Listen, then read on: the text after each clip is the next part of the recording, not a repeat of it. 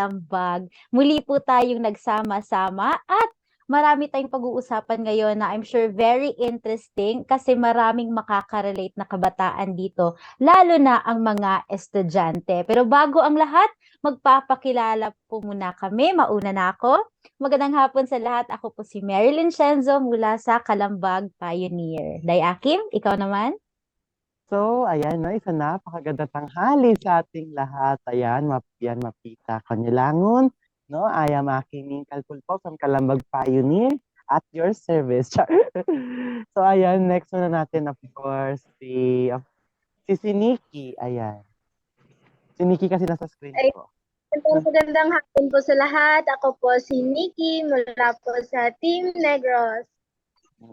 And sunod naman po yung si Ate Riza po. Hello. Mukhang Yan. nawawala. Oo, parang connecting pa si Riza. Hindi ba kayo magkalapit ngayon? Nasaan ka ba ngayon, Nikki? Nandito po ako sa school, sa high school po kasi po umuwi po ako. Wala po kasi kaming pasok pa ngayon sa Tuesday pa. Okay. Nice naman. Sa kalaman po ng lahat, magkapatid po si Nikki at si Riza. Ayan, nandito na si Riza. Magpakilala ka na, Riza. Hello sa mga nanonood sa atin sa ating Kalambag live stream. Ako po si Riza Almel Pasino mula sa Kalambag Negros Occidental noon at ngayon ay nasa Kalambag Pioneer na. Magandang hapon po sa inyo. Yes, magandang hapon na rin. At syempre, isa sa mga kasama natin ngayon na hindi na usually nakikita ng ating mga kasamahan sa Kalambag. Pero nagkaroon siya ng time ngayon, binigyan niya ng time ang Kalambag. Dayakim, naaalala mo ba siya? Of course naman, dahil syempre, way back August 15, Wow, when we have, specific. August 15, 2020, when we have our debut here in Calambag. Debut talaga. Oo. Tapos, kumbaga siya yung talagang humasa sa atin. Kumbaga, we have no here kung wala siya. So, napakalaking ambag niya sa Calambag. And ngayon, nagbunga na ang kanyang pinaghirapan. So, of course, let us kumbaga, pabayaan natin siya na mag-introduce sa kanyang sarili. Ayan. Welcome, Sir Roland. Ariyo, salamat ng marami, Marilyn Akim. It's really, it's very joyous na makita kayong dalawa, masaya at nine-enjoy nyo yung ginagawa ninyo. Parang ang tanda-tanda na nating nagkita-kita. Parang tagal na nun. Natatawa ako.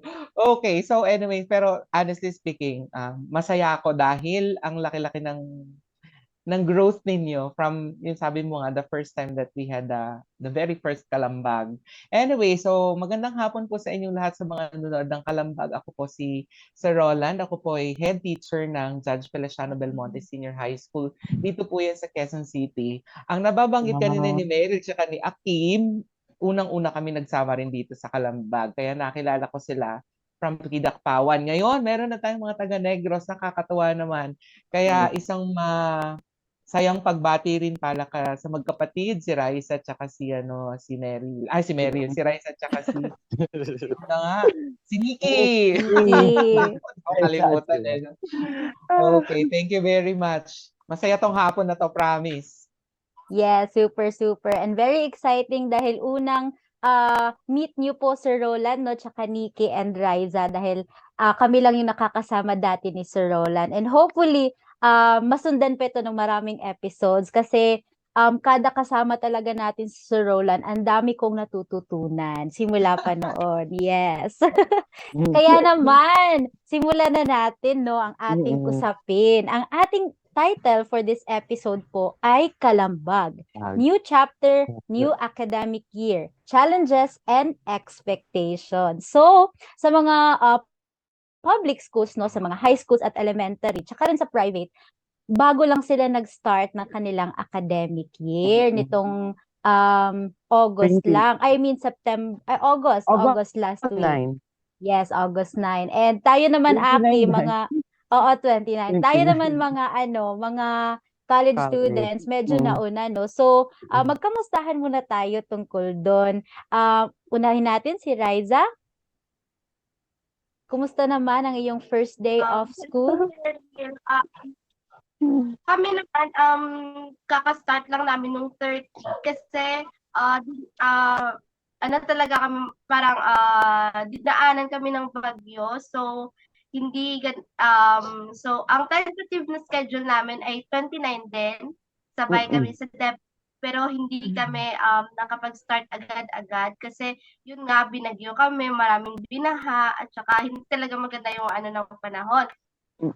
So, no 30, hopefully, masaya naman kasi yun nga, umaraw na, and so, tuloy-tuloy na yung paganda ng panahon, and masaya kasi parang hindi pa gaano ka-hectic yung schedule, and at parang feeling ko magaganda yung set ng mga professors namin ngayon. So, Ano ba yung magagandang set ng professor? Para na dati hindi no? Ako, Nikki, Oo feeling nga, ko no? kasi sila parang in a way na hindi ka basta-basta stress or parang hindi ka matatakot ng ganun ano lang parang ang chill lang nilang sabayan.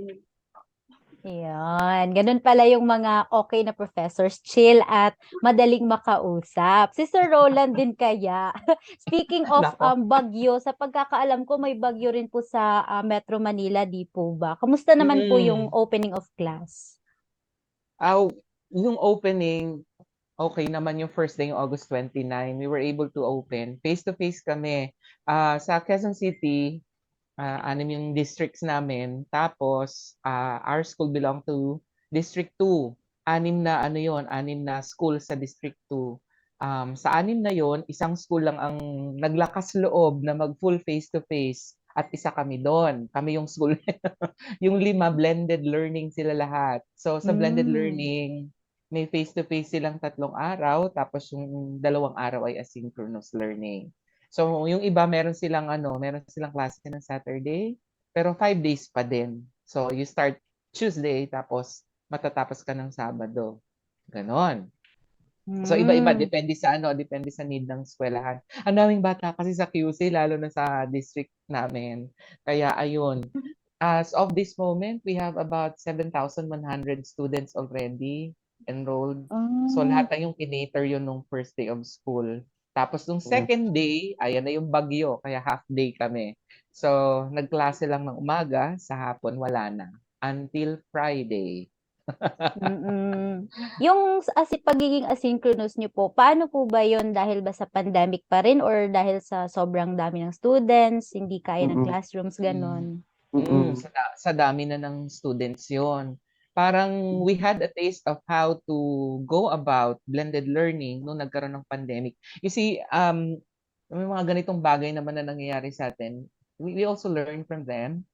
They are not just challenges, sometimes they are also opportunities. So yung pandemic, it became an opportunity for us teachers to be able to adjust that in case there will be changes in the schedule. Katulad niya, nagkaroon ng pandemic, hindi naman natin inaasahan lahat yun. Bigla na lang nagkaroon ng ganon. Handa tayo. So, since we already had a taste of the blended learning at saka yung asynchronous learning na tinatawag natin, nakita ng mga teachers na pwede naman pala din. Pwede naman palang gawin. So, dahil sa maraming kakulangan chairs, usually classroom, yon. Kasi ang problem sa cities, walang buildable space. Yes. Pwedeng magpatayo ng building, or otherwise, pwedeng magpatayo mga 10 floor na building. Kaya lang, syempre, titibagin mo yung luma kasi kailangan mo ng space. And it will breed another problem. Paano mo ipagpapatuloy yung pag-aaral ng mga batang ma-displace kasi wala silang classroom. Tsaka for elementary and high schools, hindi rin po ideal yung ganoon kadami na floors kasi yung safety naman ng mga students. Yes, exactly. So, yun ang Speaking of, problema. sa inyo naman, Nikki, ano rin ba yung sa inyo? Kumusta naman yung first day of class nyo, tsaka yung sitwasyon ng school sa lugar ninyo? So, ako po ay incoming first year student pa lang po at saka wala pa po akong medyong alam sa college life. Pero po yung first day po namin ay nakaschedule po siya nung 30 po. Pero due to yung bagyo nga, na-reschedule po kami sa Tuesday. Yun po. Habang bakasyon po yan. Sa amin din medyo mahaba ang bakasyon dito kasi ang daming mga holidays, 'di ba? Nagsunod-sunod. Okay. 2 weeks ata na Monday and then kahapon nag-holiday na naman dito sa probinsya namin dahil Kalibungan Festival. Nakalimutan ko first year college na pala si Nikki. Ang pagkakaalala ko high Oo. school pa. Di ba sabi ko kanina din na kumbaga she's willing to join Kalambag Pioneer. No, pwede siya Wow. since college na siya ganun. So, Very exciting naman nun, no? Ikaw naman, Day Akim, baka may ma-share ka naman na experience mo ng first day high, tsaka mga challenges up until now. Kasi medyo matagal-tagal na tayo nagsimula. ayan. So, of course, kasi kami talaga nag-umpisa kami. So, umpisa pa lang challenges na, what. Kasi during that time, kumbaga wala pang election for another set of autonomous student government. So, alam mo yun, Dai. Tapos, ang daming challenges. Kumbaga, we're doing activities na walang budget. Minsan, yung pinagtutulungan pa na makandak yung activities, minsan is taling sa bulsa namin. Kumbaga, nag-ambag-ambaga lang just to pursue that activity. Kasi, nasa namin siya nasa tawag nito, nasa PPMP namin part siya ng action plan namin. So, we need to implement that. No, and wala namang problema sa ganun. So, kailangan na talaga ng election, kumbaga election proper. And last day, when I was elected, no, na yung election, and I won Congrats! as ASG senator for the first time, no? Wow. First time ako upo under legislative branch. So, oh my God, I'm so excited po talaga making resolutions. Kasi di pa kasi bill tuloy yung aming process. Kumbaga, more in resolutions kami. And aside from that, I heard from our professors that full face-to-face na kami, pero hindi siya yung talagang whole day na face-to-face siya. Kumbaga half day lang, but 100% face-to-face na po. And I'm so happy naman din po kasi kumbaga hands-on na yung magiging performance namin sa school, even our demonstrations, of course, my thesis na rin din, Then yung thesis namin very challenging din talaga kasi we need to solve a problem.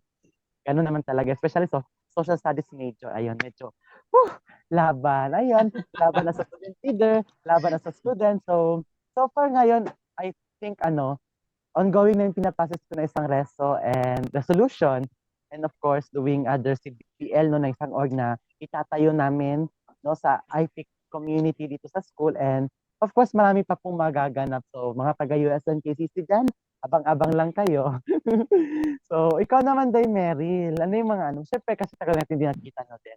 Alam ko rin na you're also a student leader in your school. So, ano yung mga experience mo during that time? Yeah, so medyo same-same lang din tayo ng mga napapansin na challenges sa schools. For example, yung sabi ni Sir Roland, yung facilities ng school, and syempre mula sa experiences ng mga taga-Negros, yung environmental factors na talagang challenging para sa mga estudyante. Same din sa inyo, no? Na o-observe ko rin 'yon at nararanasan ko din 'yon. Pero isa sa madadagdag ko ay yung challenges na mga babayarin.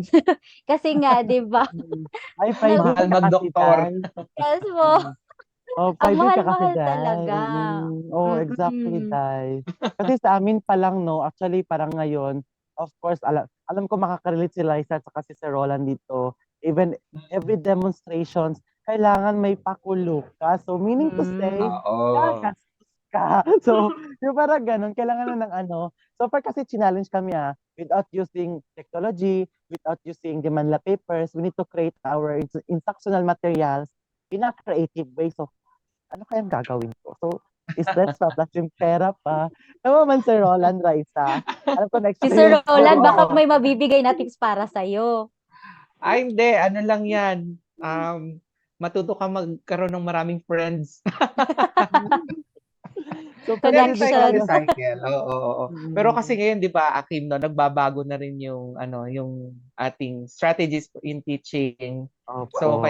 kailangan talaga every time na you have a demo, you have to show something different, something new, yung hindi pa nila nakita. So yun, I think Opo. that's the biggest challenge. But of course, don't forget always na ang strategy mo will always be uh, swak dun sa need ng learners mo. Kasi minsan, we tend to concentrate on the strategy but we forget our learners. Kumbaga parang, oo nga, nandun na nga, ang ganda-ganda ng strategy. Kaya lang, tanong dun, ano ba yan? Tugma ba yan dun sa need Kailangan ng ng student. learners Oo. mo? Ayun. Yun talaga Tama, galing kailangan. na, no? Dapat maging Oo. sensitive ka rin sa mga pangangailangan ng students mo mismo. Oo. Super. I really love that talaga. Kasi kailangan talaga, Yes. no? Especially talaga yung teaching strategies talaga. Kailangan, dun sa level of, difficulties ng mga estudyante mo. Kailangan, kumbaga, akma din dun sa, tawag nito. Kasi may iba-iba kasi tayo, paano tayong, matuto. Yung iba through visual, iba through auditory. So, Mm. kailangan Tama natin i-consider yun. yun. Tama, yes. Tsaka, yun nga no sa inyo mga future educators, yun yung struggle ninyo kasi magastos sa pag-prepare ng mga kung Stress pa, ano-ano. stress Oo. Oo. pa dahil. Kasi lesson plan pa dahil. Kailangan pa namin tapusin bago kami gagawa ng instructional materials. Yes, sa amin din naman sa mga medical Oo, courses, usually yung mga laboratories talaga yung exactly. magastos, tsaka yung And books, books. gano'n. Oh, Opo, books tama. talaga. Pero dahil ngayon na panahon rin, medyo ini-encourage na maging paperless, 'di ba, para maging mas environmentally friendly. Uso rin naman yung mga PDF. PDF na lang yung sinisend para wala nang physical books talaga. Eh nakaka-save tayo doon. Pero syempre, mayroon yung mga uniforms, 'di ba? Kailangan Mm. gastusan pa rin, mga lab gowns, Mm-mm. tsaka yung mga materials, gloves, gano'n, gano'n. Tsaka ayun nga, ang dami talagang gastusin. Tsaka Si sa Mm. mga Raisa, extracurricular na activities rin. si Raisa, anong course na kinukuha ni Raisa? Education College din na rin po. siya, tama. Education Mm. din. Oh, very good, daming educators. Raisa, ano major mo? English po. Wow! Nakakatakot pala kausap minsan si Raisa. Baka makorek tayo. English po. English po. On the dot, no? Very noble. Nakakatuwa kayong lahat. Si Nikki, ano ba course mo, Nikki? Information system po. Oh, talaga Oh. naman. Ano ba Wow, ang may pinakamaraming sweldo si Nikki. Wala akong masyado background diyan. Ano bang niyan, parang ginagawa? Or ano bang inaaral diyan? Networking po, programming, mga softwares, ganun, ganun. Hmm. So, Ay, mahilig ka. Techie si Nikki. Mm-mm. IT. Oh my God. Feel ko marami ding ginagasto dyan. Mayroon bang mga requirements na kailangan i-provide nyo talaga students? Dapat, una-una po, dapat meron ka po sarili mong Laptop, Computer. no? Computer. picture. Yun ang pinakamahal doon. Saka marami pong flash drive, ganun. Oo nga, no? Talagang marami ka dapat na devices on your own kasi yun yung pag pinag-aaralan nyo. So, dapat kayo mismo meron din. So, iba-iba pala talaga tayo ng challenges, no? Pero, mag-share naman tayo ng mga expectations para maging positive naman. Kasi, syempre, start pa lang to and talagang marami tayong challenges. Pero, ano yung ini-expect natin for the next school year hanggang matapos tong academic year na ito? Ikaw, Nikki. Yung ina-expect ko po ay yung magkaroon po ng maraming friends, gaya na nung sinabi nyo kanina, para marami tayong resources, connections, ganun, ganun po. Saka mas advantage din po yung pagkakaroon ng maraming friends sa college. Kahit po yung hindi mga students, yung mga kapitbahay, para po yung may makakatulong din po sa iyo Kasi nga ngayon, yung buhay kasi malayo yung school, kaya kailangan pong mag-board. Kaya ganun, kailangan nating mag-adapt sa new environment. Yan po. Mm. Iba talaga yung perspective ng freshman, no? Parang gusto maraming friends, ganon. Tayo naman, Riza, ikaw kasi hindi ka na freshman. Ano naman yung Opo muna. expectation mo? Gusto mo rin ba maraming friends or parang mag-limit na? Um, ako naman, tapos na po ako sa sa stage na gusto ko ng maraming maraming friends. Yung na gusto na quantity over quality. Ngayon nasa stage Wow. Iba talaga ang English major one, natin. Oo nga eh. May pag-compare. nasa stage na po ng quality versus quantity kasi mas okay na mas okay yung quality versus quantity ngayon kasi parang napaka-chaotic po ng college life and kung siguro para sa akin na kapag marami kasi circles nyo, napaka-chaotic nun and hindi mo talaga mamamanage lahat kasi busy. So, ang ina-expect ko naman ngayong school year, Oo. given na full face-to-face na rin kami ngayon, 5 days a week. So, sana maging maayos yung bawat klase and Mm. ma-enjoy talaga ng lahat ng students ang buong school year and kahit nahihirapan na sa mga pinapagawa sana lahat ng Oh. batch ngayon makasurvive and diba? Yes. Mm. Makasurvive and yun nga makatungtong sa next na phase ng kanilang journey yun po. Mm. Yes, same expectation rin ako sa no na sana maging successful tayong lahat for this academic year and sana smooth lang ang magiging taon na ito at kung hindi man smooth, meron talaga mga challenges kakayanin natin. Correct. Mula rin naman sa perspective ng isang guro, Sir Roland, ano bang iyong Mm. expectations para sa academic year na ito? Oo, syempre hindi magkalayo yung natin expectations. Ang tanging ligaya lang naman ng mga guro talaga yung makita kayong makapagtapos at maging successful kayo sa anumang piliin yung karera o path o landasin sa buhay. Kasi hindi naman lahat nagkakarera, pero yung iba may choices din talaga sila. Gusto nilang halimbawa maging negosyante, o, di ba? So basta maging produktibong mamamayan, masaya kami doon.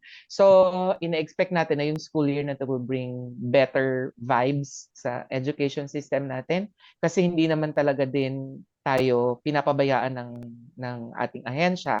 Ang Department of Education ay laging nandiyan para magbigay ng mga programa, mga proyekto para sa mga para sa mga learners na para makaagapay tayo kasi marami talagang naidulot na na hindi maganda yung pandemya lalo na sa sistema ng edukasyon.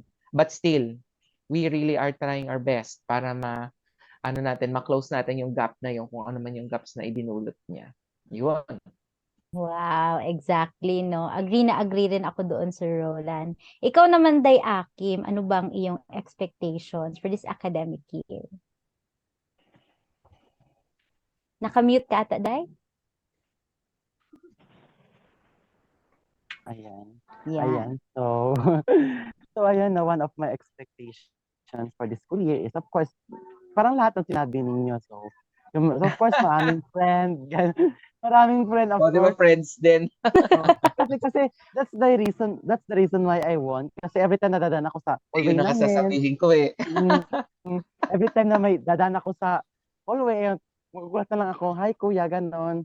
Hello po. Marami nang kumbaga, kulang na lang, papagkalmalan na rin ako ng professor. But still, I'm still grateful. So, thank you so much sa 488 votes ko. Ayan. Wow, So, alam talaga kung ilan eh, no? opo. Actually, I'm the second highest vote na nakakuha ng pinakataas na vote sa university namin. So, I'm so Magpapakain successful si yung school. Akim. Yung kumbaga parang school year na to is maging successful talaga is. Kumbaga, tama yung sabi ni Merla na may mga challenges talaga yung may iwasan. Especially if student leader ka, then student ka pa rin. Kasi may point na magko-conflict yung mga schedules. Especially if lalo na kung family-oriented ka, marami kang dapat i-priority. So, you should know how to manage your time, no? If mayroon mang task, gawin mo kaagad para hindi ka matambakan. Kasi, last year talaga, iwan ko lang. Talagang grabe yung tambak sa trabaho, ganon. So, pero at least natuto na ako dun, no? Kailangan na talagang i-fix sa mga schedules. Alam mo yung priorities mo in life, ganon. So, mahalaga talaga na may time management ka talaga. Kasi, of course, nandito pa rin ako sa Kalambag ko. I never leave Kalambag talaga. So, ay, ganon yun. Yun Yes, yung mga Day. expectation ko. Tsaka, just to add on that, no, syempre, pangalagaan rin po natin ang ating sarili. My gosh, Oo. kasi last week ata yun, parang isang linggo talaga akong nagpa-excuse sa klase kasi nagkasakit ako. Kaya, Mm.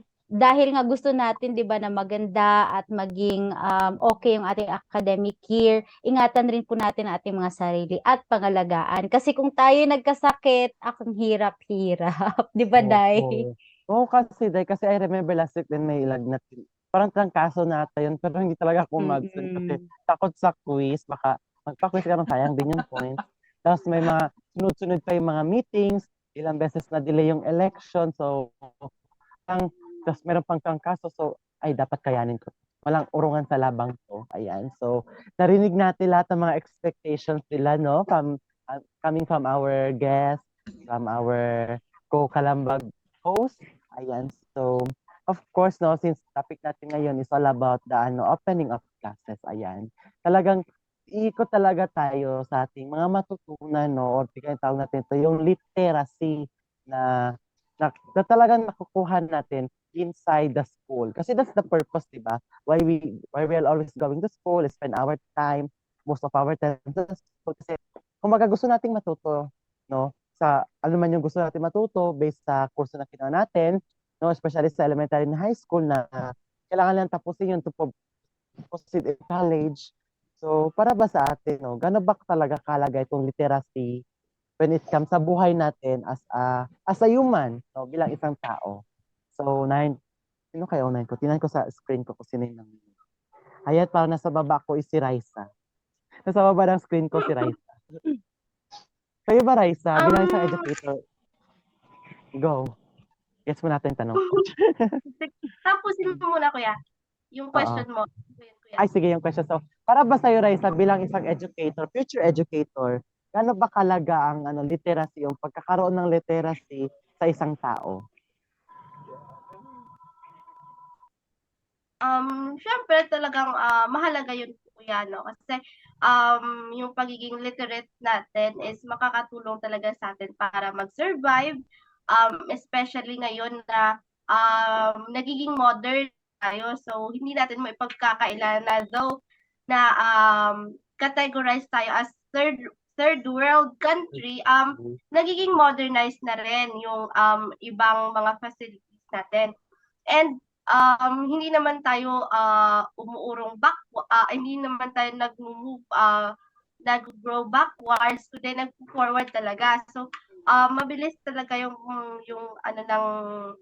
mabilis talaga yung modernization ngayon. So kailangan talaga nating maging literate, kailangan talaga nating mag-invest sa learnings natin and sa personal growth natin kasi makakatulong talaga siya sa pag-survive natin and um yun nga, makakatulong siya sa pag-survive natin na kasi hindi lang naman kasi sa panahon ngayon hindi lang naman mga hamon na lang yung hindi na sa maraming mga hamon sa atin ngayon, isa din sa mga hamon sa atin yung pagiging yun nga, yung pagiging literate. So makakatulong siya sa atin para mas maging bukas ang ating mga pananaw sa mga bagay-bagay and siguro bilang yun nga, mga kabataan tayo, kung ang mga kabataan ay mga literate, so makakatulong siguro ito para ano bang tawag dito, mabawasan yung mga societal issues na kinahaharap ng mga kabataan ngayon. Kung literate and well-informed tayong mga kabataan sa mga nangyayari sa paligid natin, makakatulong tayo na ma-empower or makakatulong tayo na ma-lessen yung mga problema sa society natin ngayon na kasi yung ibang mga problema nagsasanga-sanga lang din, so hindi matapos-tapos. So kung literate tayo, yun nga, makakatulong tayo sa pag-lessen ng mga problema sa ating society ngayon. Yun, kuya. Ayan, no? So actually, tamang-tama si Raisa, no? Talagang kailangan talaga nating matuto. Lalong-lalo na sa ating mga kabataan na patuloy pa rin tayo pumapasok sa school, na natututo at kumbaga continuation pa rin yung pagkatuto natin. So, ayan, no? Tanongin din natin si Nikki, no? Para sa'yo, Nikki, gaano ba kalaga na maging literate tayo o matuto tayo sa mga bagay-bagay na nasa paligid natin, especially kung nasa paralan tayo? Para naman po sa akin, yung kahalagahan po ng pagiging literate natin bilang mga kabataan ay ito po yung magdadala sa atin sa mas mabuting landas. Kapagkat ito po yung nagtuturo sa atin kung paano po yung magdesisyon ng mga bagay-bagay, kung paano po yung gawin yung tama.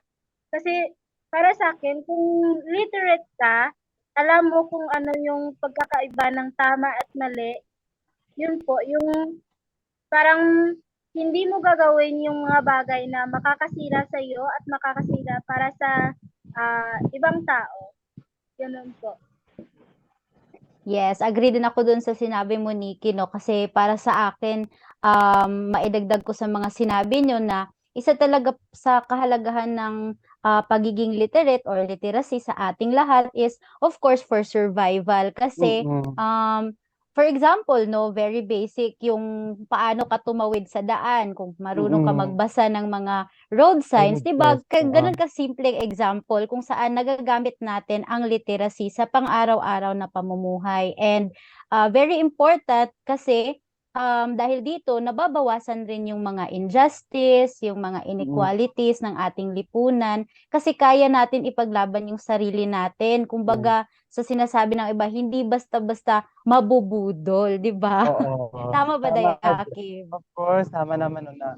Kumbaga, hindi lang kumbaga, natututo tayo, no, kami sabi ni Mary lahat na kailangan talaga natin maging literate sa lahat ng bagay na sa ganun is hindi tayo basta-basta maloko ng ibang tao. So, ayan kay Sir Roland. Punta tayo kay Sir Roland kasi excited ako sumagot kay Sir Roland.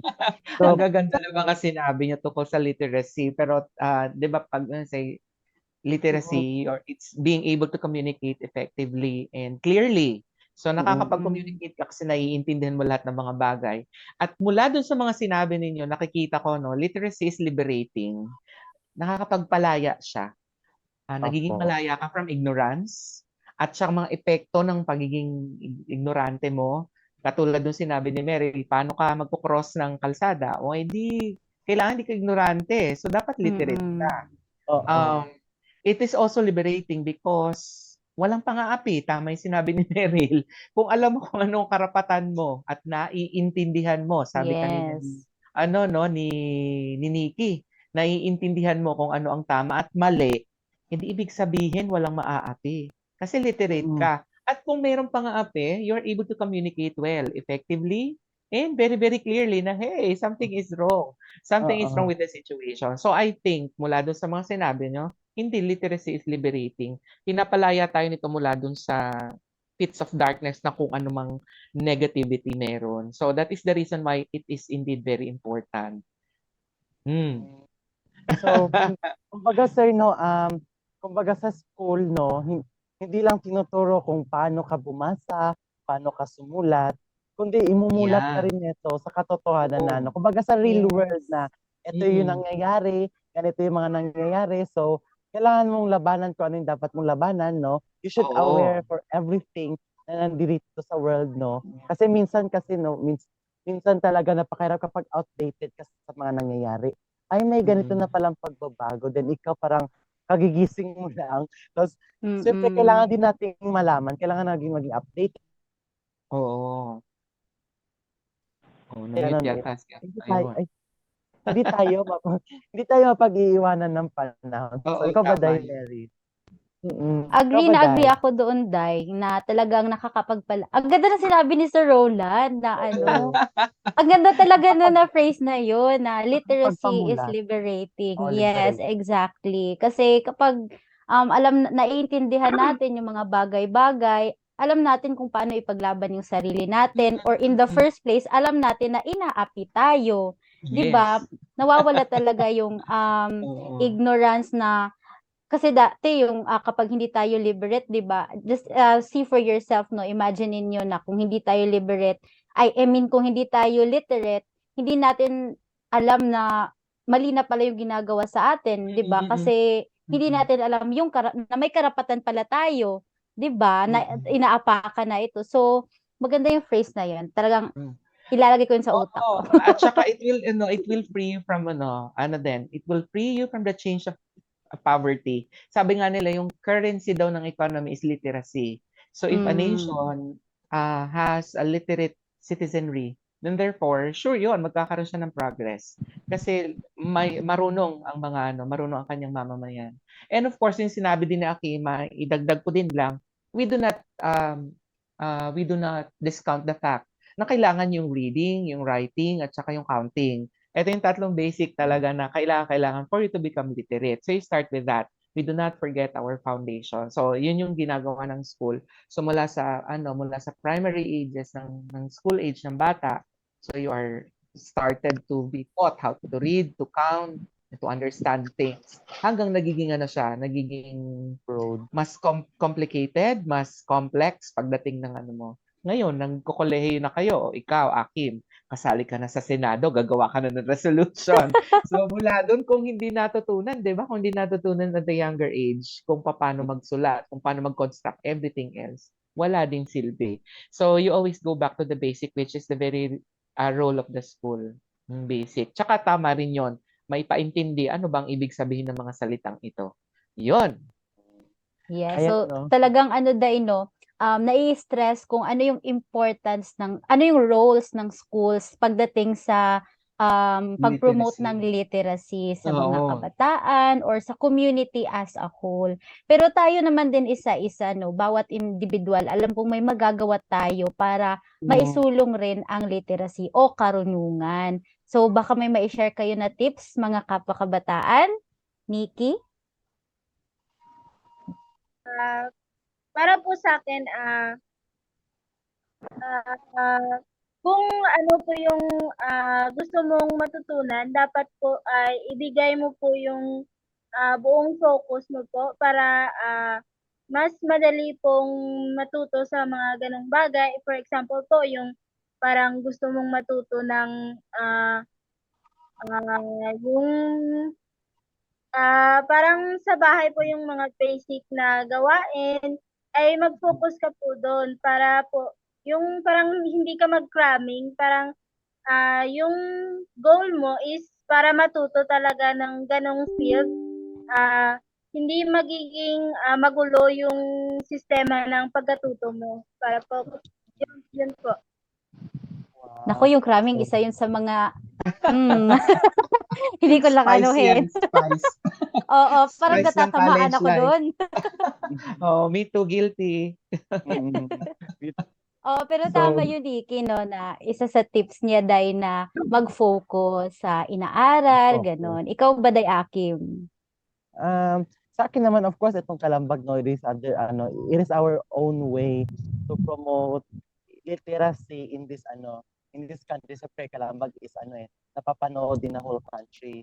Then, of course, around the world na rin. So, kumbaga, hindi lang tayo kumbaga tapos na tayo dun sa basic na magsulat, magbasa at magbilang, kundi we're spreading awareness, we're promoting our advocacy, no, para to change the world. Yun yung kasi yung talaga yung layunin ng natin no, ng Kalambag is to advocate child participation, no, spreading awareness about the rights, the privileges of the every children in this country. So, of course, meron tayong UNCRC nandun lahat, no?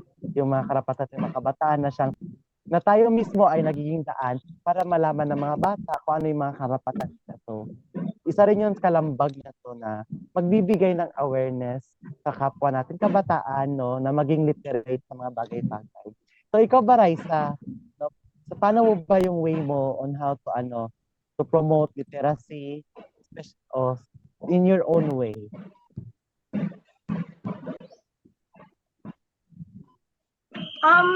Ako naman, Kuya Akim, bilang yun nga, ang kinukuha ko course ay education. Sinisimulan ko siya sa simpleng pagtuturo sa aking mga pinsan and sa mga kapatid namin ni Nikki na mas nasunod sa kanya, and kasi maliliit pa. So, doon ko pina-practice yung pagtuturo ko, at sa mga hindi nila kayang gawin, tinutulungan ko sila, and siguro yun yung parang proud ako na ginagawa ko ngayon, na parang yun yung small na contribution ko sa community ngayon, na tinutulungan ko yung mga maliliit na mga bata na matuto, kasi yung mga parents nila ay hindi din naman sila masyadong mafokusan, kasi yun nga, nagtatrabaho din, and marami din ginagawa. So, yun na, pag meron akong time, kapag umuwi ako, yun yung ginagawa ko sa kanila. Tinuturuan ko sila ng mga kahit mga basic lang, kasi malaking bagay din yun sa kanila. And as time goes by, natututo rin sila na matuto on their own naman. Yun, Kuya Aki. Ayan, no, kumbaga, yung learning talaga, no, is nag-i-start talaga sa natin. Yung literacy nag-i-start talaga sa bahay natin. Of course, mga parents muna natin yung nagtuturo sa atin.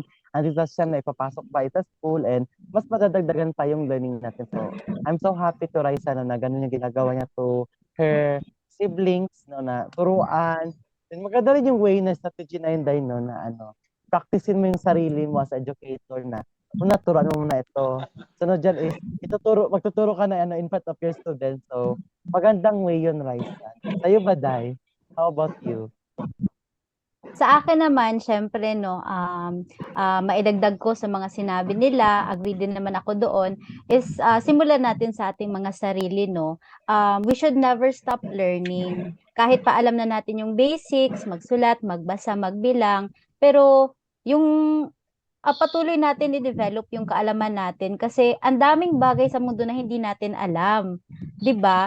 So continuously improve natin yung knowledge natin. Huwag tayong tumigil na alam ko na ito, hindi ko na kailangan magbasa pa, ganun ganon, hindi ko na kailangan mag-research, or mas anuhan pa ito ng mas pag-aralan pa.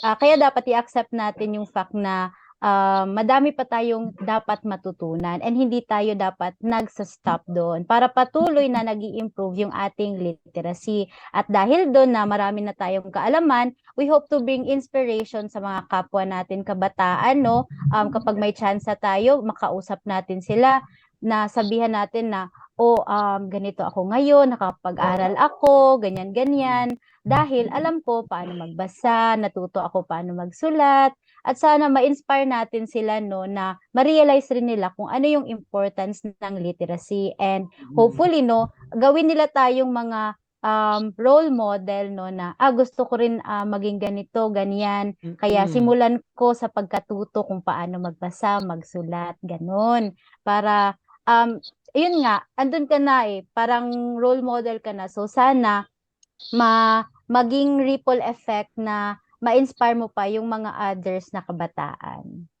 So, para sa Day, idealism, kumbaga, na under classical philosophy, na yung teacher as a role model.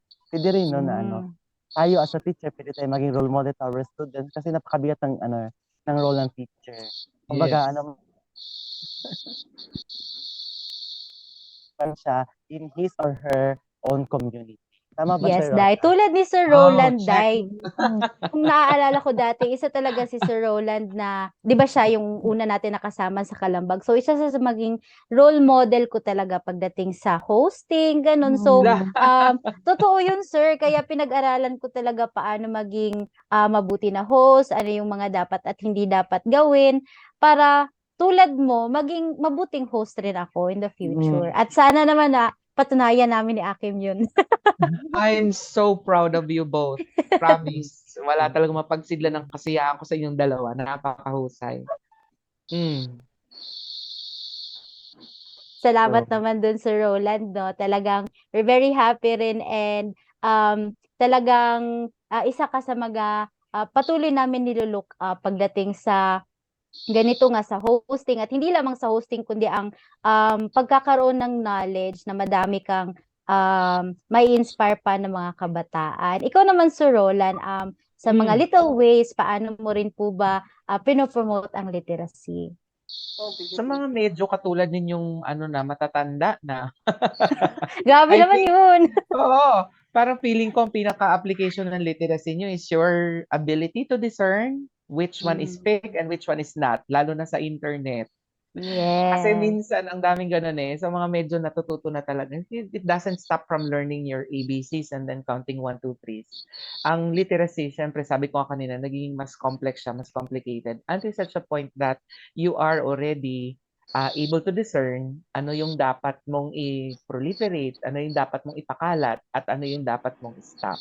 So when you are able to do that, I think you are a highly literate individual. Pero pag hindi pa, kailangan mo pang maraming matutunan talaga. Kasi ibig sabihin, hindi mo pa naiintindihan yung nababasa mo.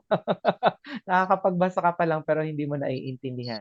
So sa inyo yon. Ngayon, syempre bilang ako naman ay bahagi na ng Department of Education, hindi rin na uubos ang mga programa ng ating ahensya para sa literacy. As a matter of fact, para natin ugat. Kanina, 'di ba nabanggit yung closing the gap. So to close the gap lalo pa ngayong ngayong taon na to, nagsimula yung tinatawag nating National Learning Camp. It's a program of the government for literacy. During summer, tama po ba? Oh, yes. Oo, we had 3 different camps, 'di ba? Yung enrichment, yung consolidation, tsaka yung intervention. So, anyway, itong tatlong camps na to, iba't ibang camps, para to sa iba't ibang tatlong uri ng learners. So, very inclusive ito. At although voluntary, no, kasi hindi required, yung ibang bata gusto nilang magsaya, gusto nilang enjoy yung bakasyon nila, but it's not really compulsory. But still, ang dami-daming batang mga interesado talaga. So, ang dami naming mga kuhang mga bata to attend for this particular NLC. So, hindi naman natutulog ang natin, ang ahensya pagdating sa usapin ng literacy. Kaya nga, di ba, kapag meron na silang matatag curriculum na Yes, talagang, so kasama yung matatag dyan. So, Sir Roland, bago pa pwede mo kami bigyan ng background about the matatag curriculum na yun, sir? So, ang bawat letra ng matatag, hindi ko lang isa-isa, ang bawat letra yung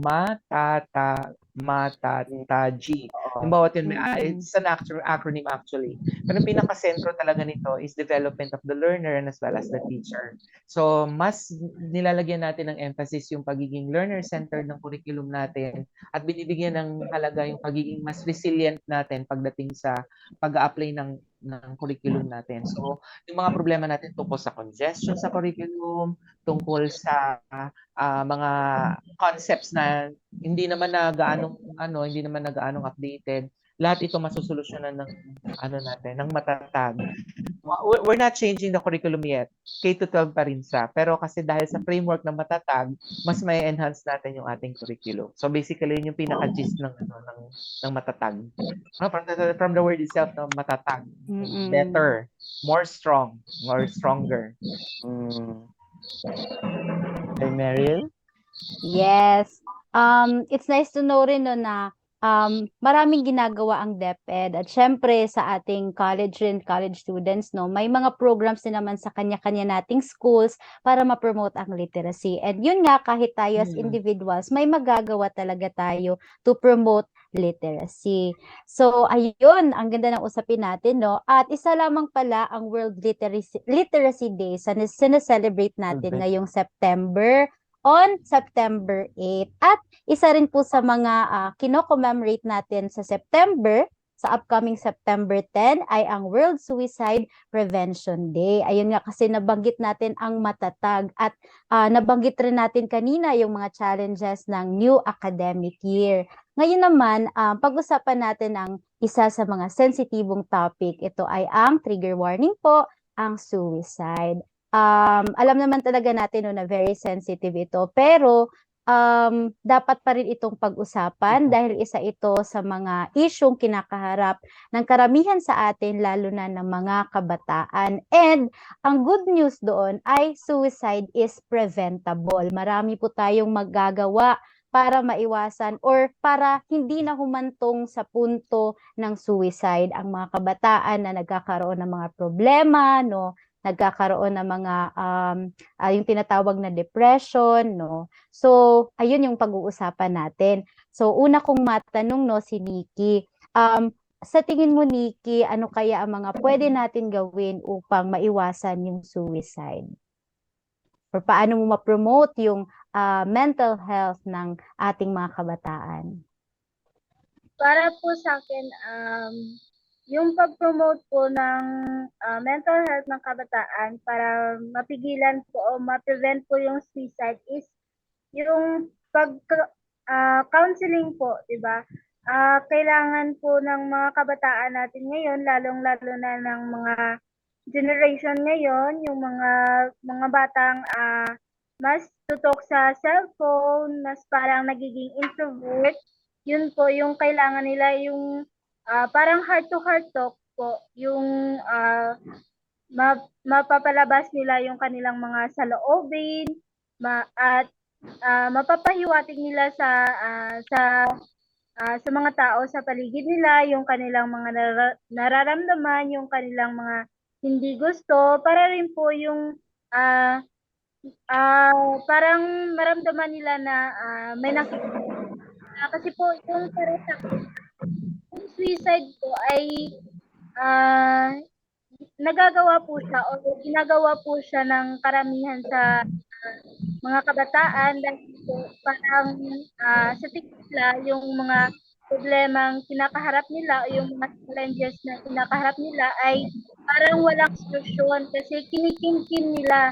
Parang sa tingin nila ay walang sakit na, tutulog sila, kaya po yung pagkakausap sa kanila ay yun po yung pinaka way para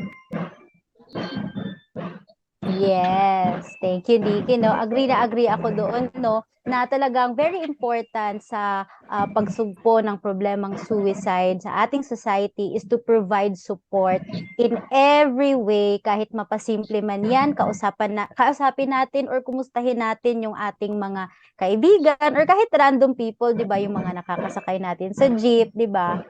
Kapag may mga chances na pwede natin simulan ng conversation, tanungin natin sila kung kumusta sila. Isa nga sa nagiging naaalala ko kapag nangangamusta talaga is yung isa naming professor sa isang subject, kasama namin sa isang faculty namin sa psychology department. Every time na nakikita niya kami or may nakakasalubong siya, ang una niyang tanong ay, kumusta ka? Ganon. So, napakaganda na kahit gaano pa tayo ka-busy, ang dami natin, tayo kanya-kanya may mga problema rin tayo, pero it's important that we also reach out to others kasi hindi natin alam, baka mabigat rin yung kanilang pinagdadaanan at wala silang ibang napagsasabihan, gaya nga ng nabanggit mo, Nikki, no, na kinikimkim nila. So it's important talaga yung counseling and yung pagbibigay ng support. Tama, no? So ikaw, Riza, ano ba ang iyong maidadagdag tungkol doon?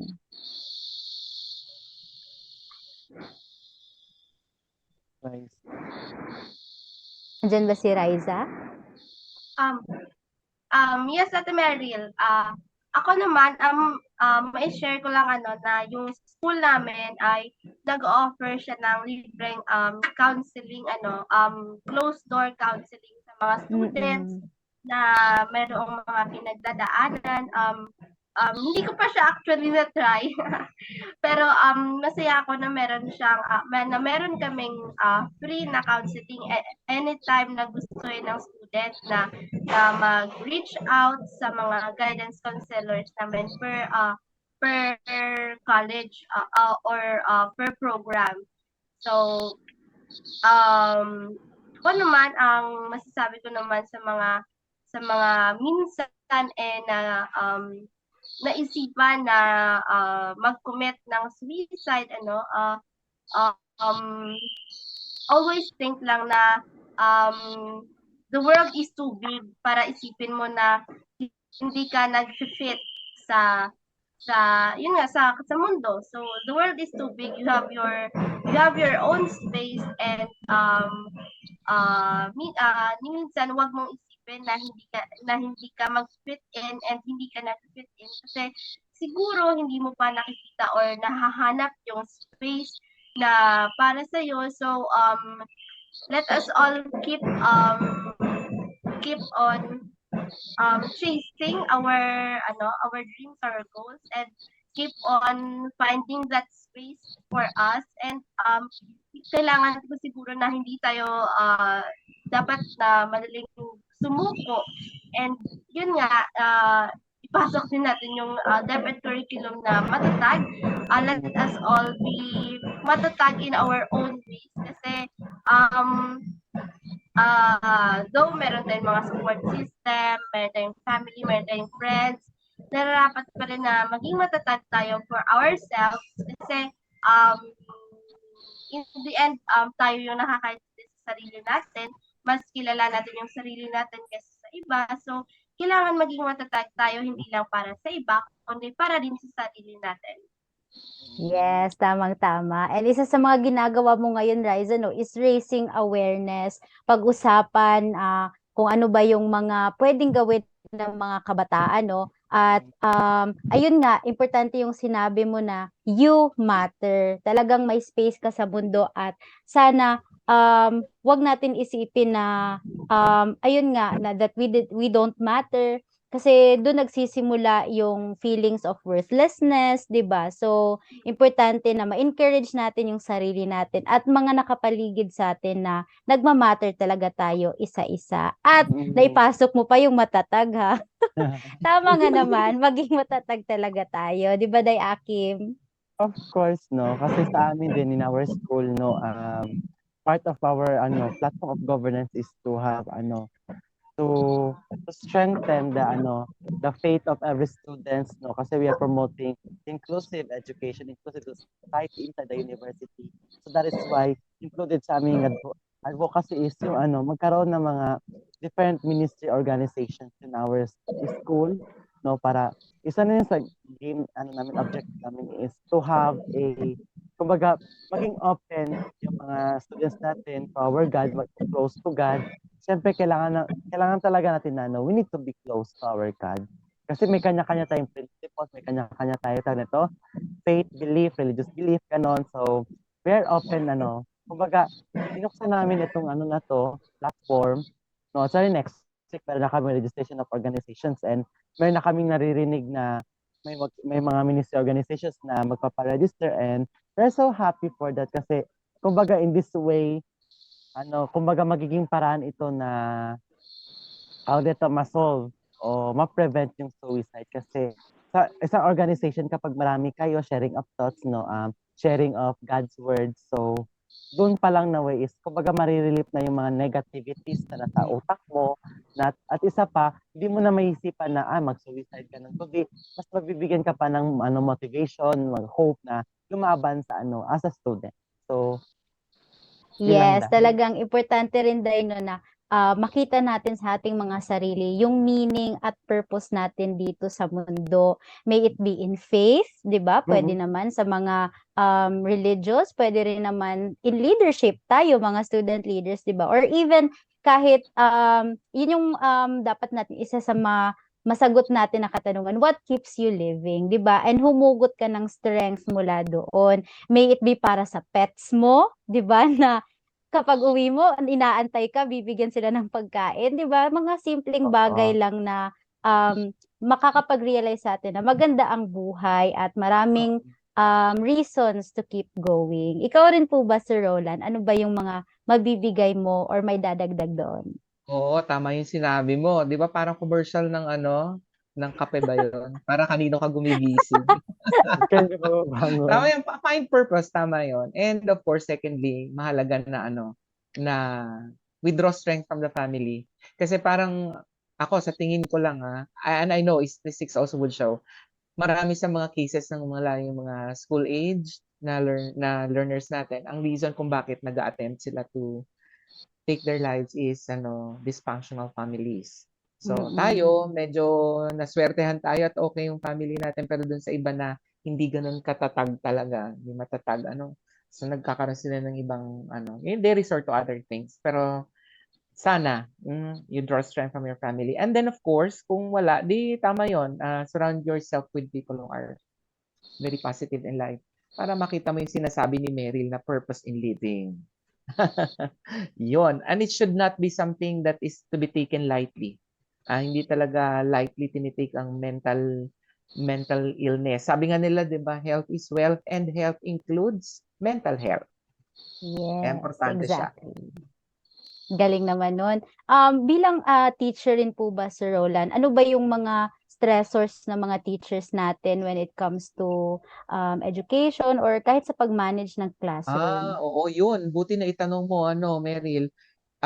Simula nitong nagkaroon tayo ng pandemic, mas naging emphasized pa yung mental health awareness at saka mental health focus ng Department of Education, not only for the learners but for the teachers as well. Yes. So kaya ang dami naming trainings tungkol diyan sa mental health awareness.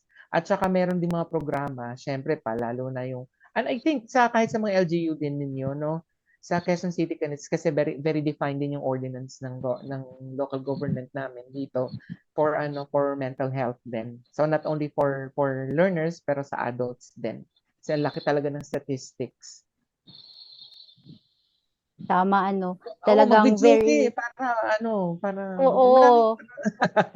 Tama, Sir Roland. Kasi tama nga yung na suicide, hindi lang naman talaga learners yung mga affected, pati din naman yung mga professionals and teachers. Kasi as human as we are, di ba, may mga problema rin po tayo. Lahat, especially mga teachers rin natin, na madalas na hindi na-address kasi yun nga, yung focus na sa estudyante lang, paano pangalagaan yung mental health ng students. But we also acknowledge that teachers also struggle at times. Di ba po ba? Yes. Dalawa yon. So kung okay ang mental state ng teacher, di mas marami siyang maibibigay para sa students din. Pero syempre, mas kailangan ng gabay ng mga bata. Kaya mas binibigyan natin siya ng focus din. Okay? Hindi naman siya kinakalimutan. Pareho silang mas mahalaga ang mental health. Kahit sino naman. Matanda, bata, babae, lalaki, wala naman siyang pinipiling diba, no? Estado sa buhay.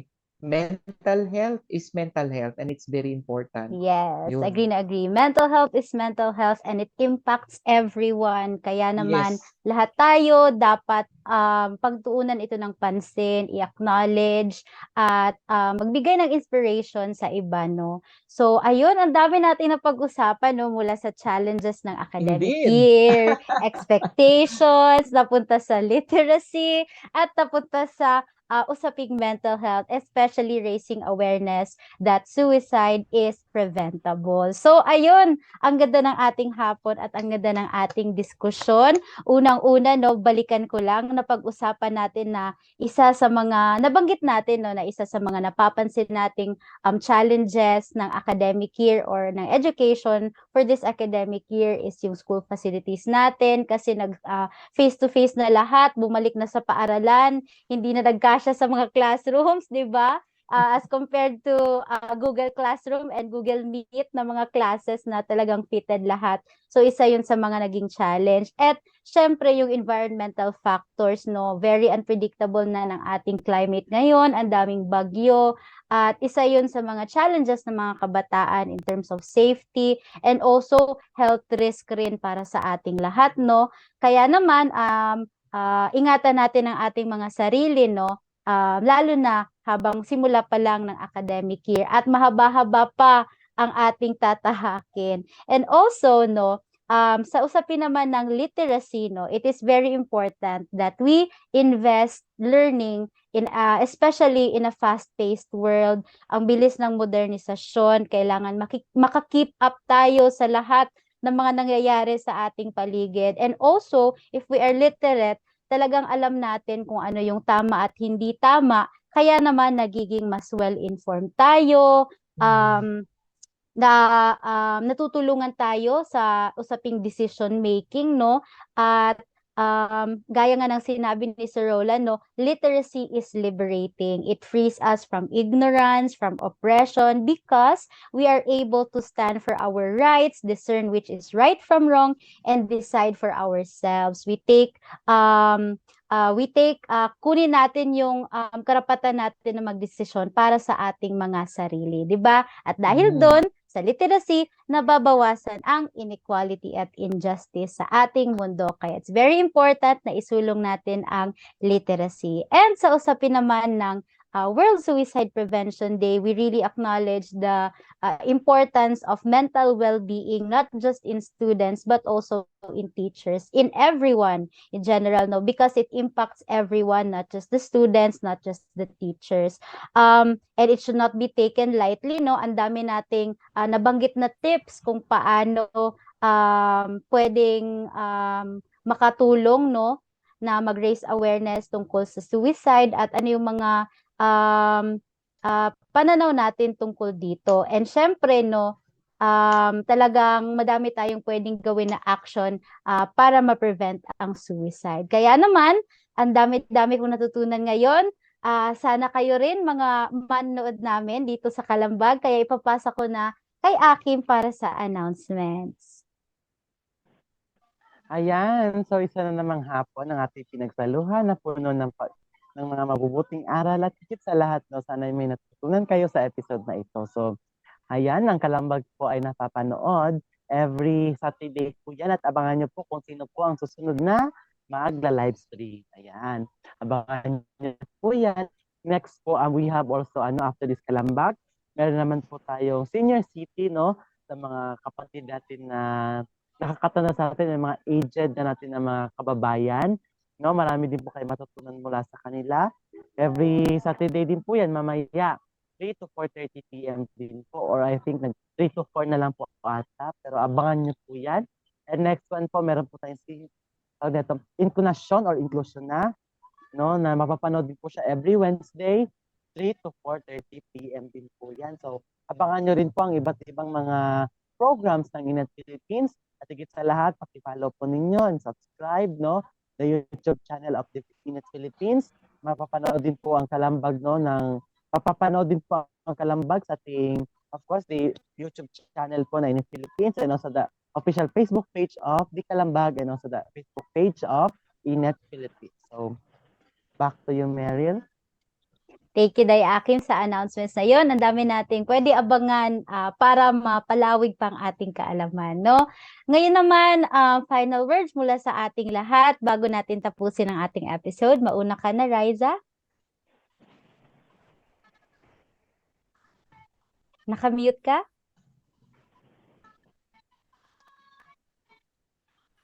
Riza, nakamute ka ata? Ayun. Okay na. Para sa mga students na nanonood sa atin, padayon, huwag tayong sumuko na habulin ang mga pinapangarap natin sa buhay, and let us all be strong, let us all have that courage na ipagpatuloy ang mga gusto nating makamit, and always believe na there's always a rainbow after the rain. So, yun lang. Wow, salamat, Riza. Ikaw po, Sir Roland. Oh, parang gusto ko kumanta, Riza. Ang ganda ng sinabi ni Riza. Oh, thank you so much at nakilala kita, kayo ni Nikki. Bibihira yung gano'n, no, magkapatid sila, tapos ito naman dalawa, si Akim tsaka si Meryl ay mag-best friend. Oh, di ba? Magkapatid kami, iba lang parents. Pwede rin. Okay, thank you so much. And it's always a pleasure to be talking to young minds like you are. Kasi marami rin akong, kung kayo may natutunan sa akin, meron din akong natututunan sa inyo, marami rin yon. At ito'y baon ko rin pagdating sa eskwelahan, kung paano makikitungo palalo ng mas mahusay sa mga kasing idaran nyo rin. Yun. Thank you very much, Kalambag. Huwag na huwag po kayong bibitiw sa mga susunod pang episodes ng Kalambag. Patuloy po itong mga ngalampag at magbibigay ng ambag. Thank you! Yes, memorize pa rin yung linya. Maraming salamat, Sir Roland, and we're very happy na nakasama ka rin namin ngayong Oo. hapon. Ikaw Pleasure is naman, mine. yes. Ikaw naman, Day Akim. Of course, no, just like what Miss Universe 2022 said, no, si Harmony Gabriel, if not today, then when? If not now, then when? So, kung hindi ngayon, kailan pa? So, I think this is the right time na manindigan tayo sa ating mga sarili, no? Let's just be aware of what is happening in our society, no? Especially ngayon that we have a lot of issues and currently happening in this country. Nariyan yung mga iba't ibang klase ng kahirapan, ganon, krimen, mga pangyayari sa ating bansa, no? We should be literate of that, no? Kasi in the first place tayo yung magiging affected niyan, and kumbaga literacy is the way to be aware of what is happening in our society. And of course, lalo na sa ating mental health, we should be literate ourselves on how we deal with those kinds of problems, just like mental health and suicide, no, na talagang nangyayari in the present days, no. So laging tatandaan, no, even we are in the darkest night of our life, there's still a brightest morning that will come to us. So wag mawawalan ng pag-asa, no, hanggat kumbaga education doesn't matter on your age, it doesn't matter on your willingness. Kung gusto you want to explore something, education is always there to provide you a knowledge. Kasi sabi si Roland kanina, napaka hands-on ng ating Department of Education, and that is why it also motivates me to continue my course kung anong course na tinatake ko ngayon, so of course to serve to our children. Yan. So future Yes. education padayon, and God bless us all. Yes, salamat Day Akib at salamat sa ating lahat para naman sa akin, no, be matatag lang at kasama natin ang isa't isa, no, wag tayo mawalan ng pag-asa. Kami dito sa Kalambag, we as much as we can, we provide support for our fellow youth, no. Ayun lang, magsama-sama tayo, simulan natin na maganda ang academic year at tapusin natin ito ng maganda rin. Ayan, hope for the best para sa ating lahat. Mag-ingat-ingat po tayo at pangalagaan palati ang ating sarili, not just physical but also mental. Maraming salamat at bago pa tayo mag-overtime ng malala, maraming salamat at goodbye. Kita-kits po sa susunod na Kalambag ng episode. Susunod na episode ng Kalambag. Sa muli, ito po ang Kalambag.